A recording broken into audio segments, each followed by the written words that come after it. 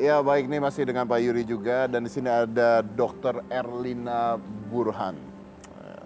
Beliau ini adalah dokter dan juga ya orang yang merawat pasien COVID-19. Iya. Oke. Dan Anda sudah dicek negatif ya?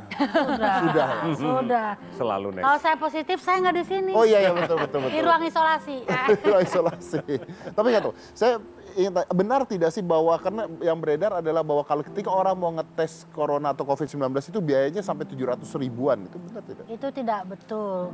Kalau memang seseorang memenuhi kriteria untuk diperiksa, artinya masuk ke kriteria pasien dalam pengawasan, itu pemeriksaan semua gratis.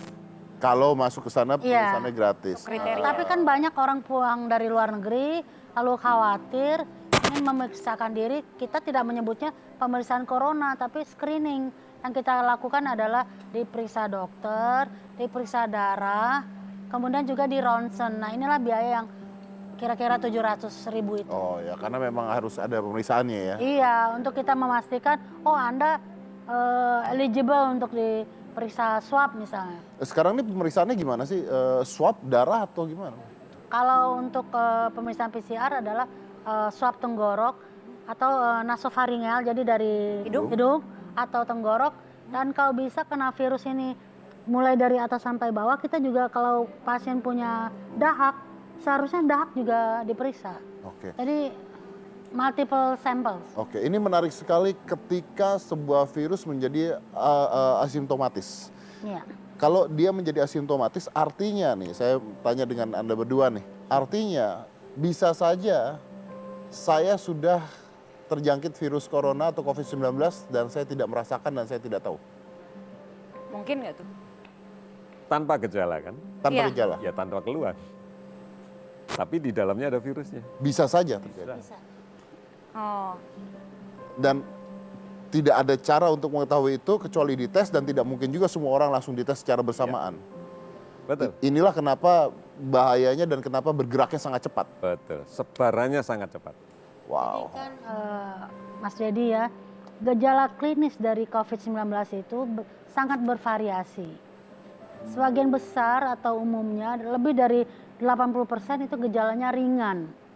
Ya, dan sekitar 15% berat sehingga perlu perawatan. Dan mungkin 3-4% di antara yang dirawat dalam kondisi critical ill atau kondisi yang sangat berat sehingga memerlukan perawatan ICU.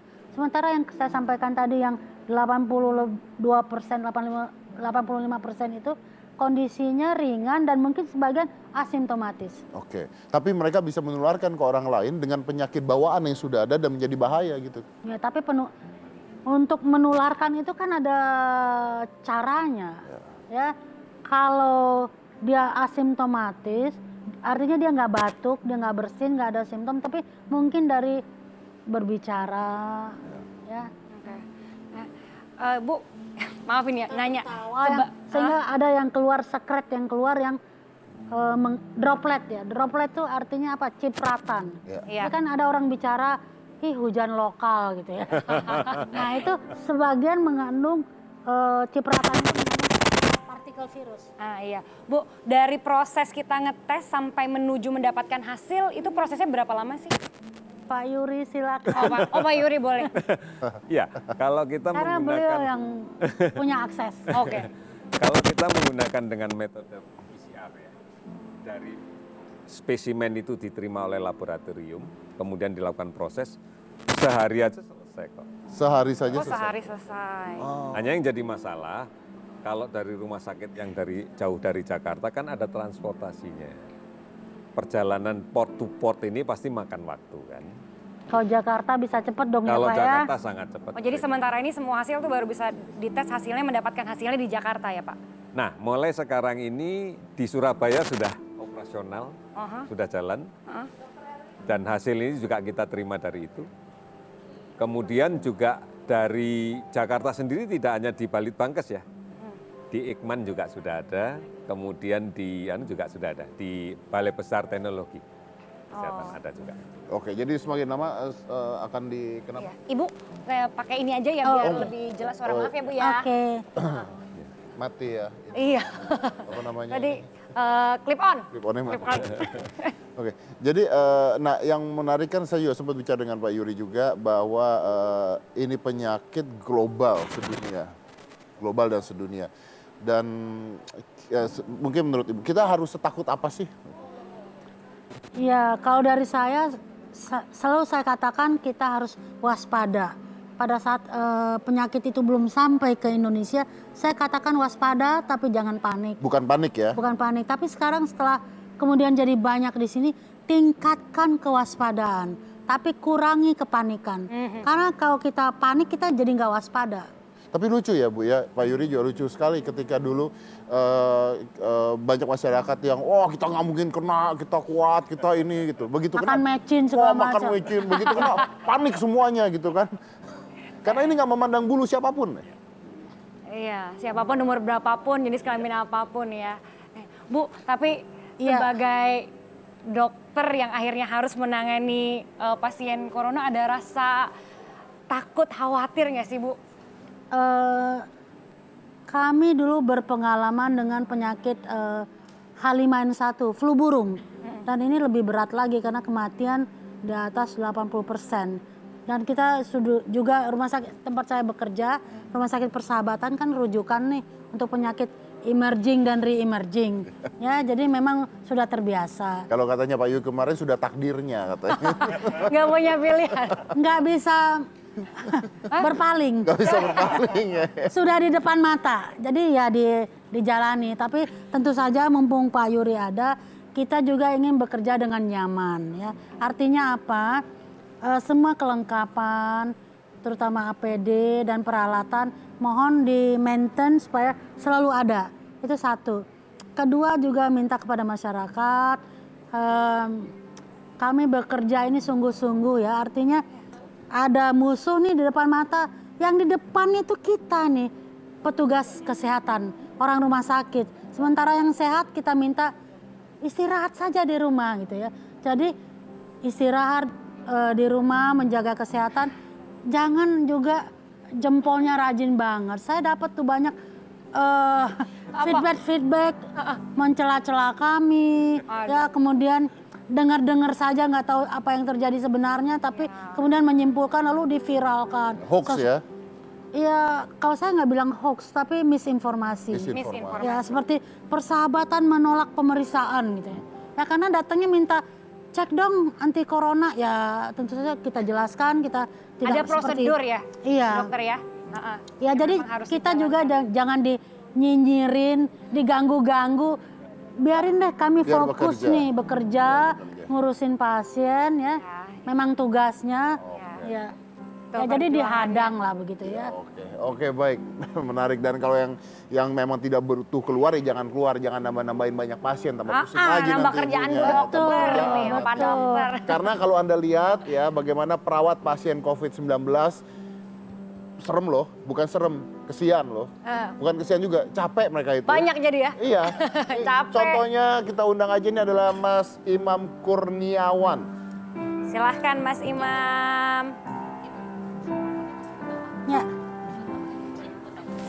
Mas Imam. Mas. Apa kabar? Silakan Silakan. bisa duduk kayak dengan begini. Bisa ya? Pakaian apa ini namanya Mas Dedi? Hasmat. Hasmat. Bukan. Cover all.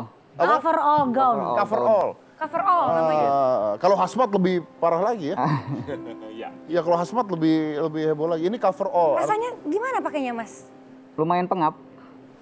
Itu maskernya Masker N95. N95. Saya pernah nyobain masker N95 5 menit aja pengap loh. Iya, betul. Iya, itu 5 Dia menit. lama Ini loh. berapa lama pakai kayak gini Mas Imam? Ini 3 jam.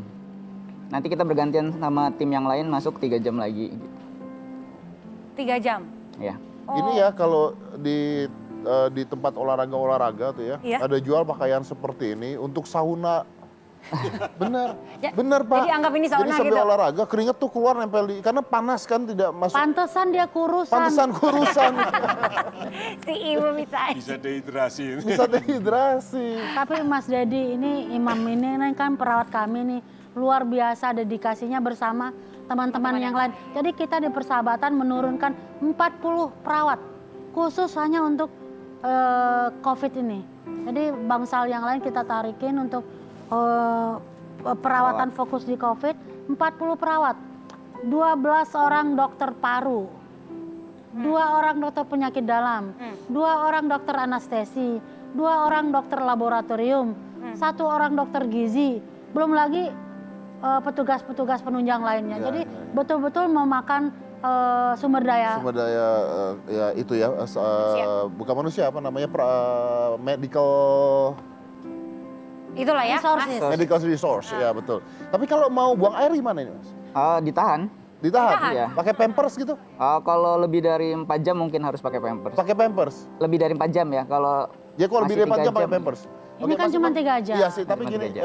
Anda udah berjuang untuk Indonesia melawan COVID-19 juga. Kayaknya kita harus lihat wajah Anda. Boleh dibuka nggak? Saya pengen lihat wajah Anda. Boleh diletakkan di situ.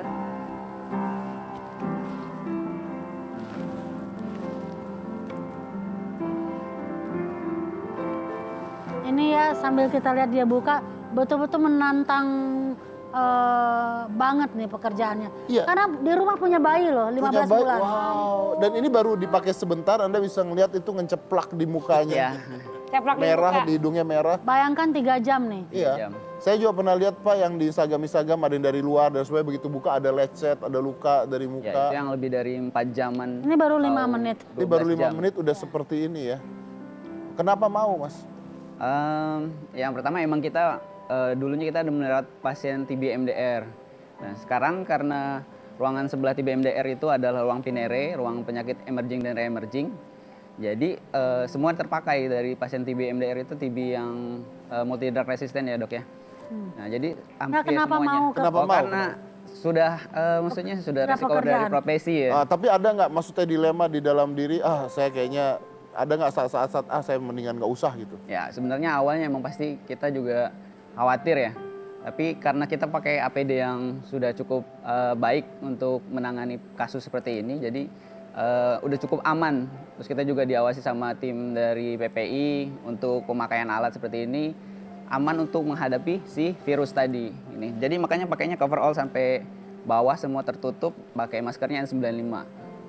Sarung tangannya juga double loh. Sarung tangannya double. Lalu tanya juga ada, Bro.